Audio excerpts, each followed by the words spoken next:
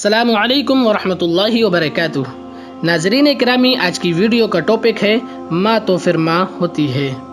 ایک عورت اپنا 3 ماہ کا بچہ ڈاکٹر کو دکھانے آئی کہ ڈاکٹر صاحب میرے بچے کے کان میں درد ہے۔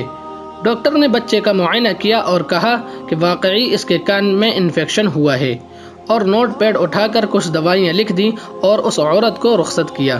میں حیران تھا۔ عورت جانے لگی تو میں نے آواز دے کر انہیں روکا۔ وہ رک کر پیچھے دیکھنے لگی جیسے کچھ بھول گئی ہوں۔ میں نے کہا، بہن جی، آپ کا بچہ 3 ماہ اور 7 دن کا ہے جو بول بھی نہیں سکتا، تو آپ کو کیسے پتا چلا کہ اس کے کان میں تکلیف ہے؟ وہ مسکرائیں اور میری طرف رخ کر کے کہنے لگیں، بھائی جی، آپ کان کی تکلیف پر حیران ہیں، میں اس کے رگ رگ سے واقف ہوں۔ یہ کب روتا ہے، کب جاگتا ہے اور کب سوتا ہے، مجھے اس کے سارے دن کا شیڈیول پتہ ہے، کیونکہ میں ماں ہوں اس کی۔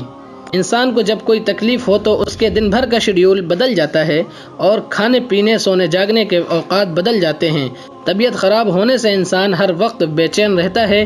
کل رات سے میرا بچہ بھی خلاف معمول روئے جا رہا ہے۔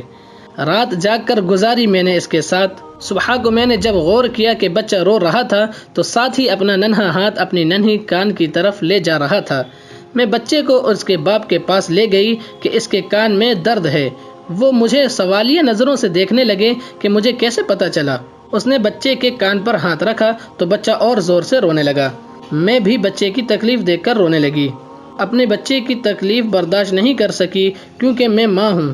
عورت چلی گئی اور میں نم آنکھوں سے دیر تک کھڑا سوچتا رہا کہ ماں 3 ماہ کے بچے کا دکھ درد سمجھتی ہے، اور میں روزانہ ماں سے کتنی دفعہ جھوٹ بولتا ہوں، اور وہ یقیناً میرے سارے جھوٹ جانتی ہیں کیونکہ وہ ماں ہیں۔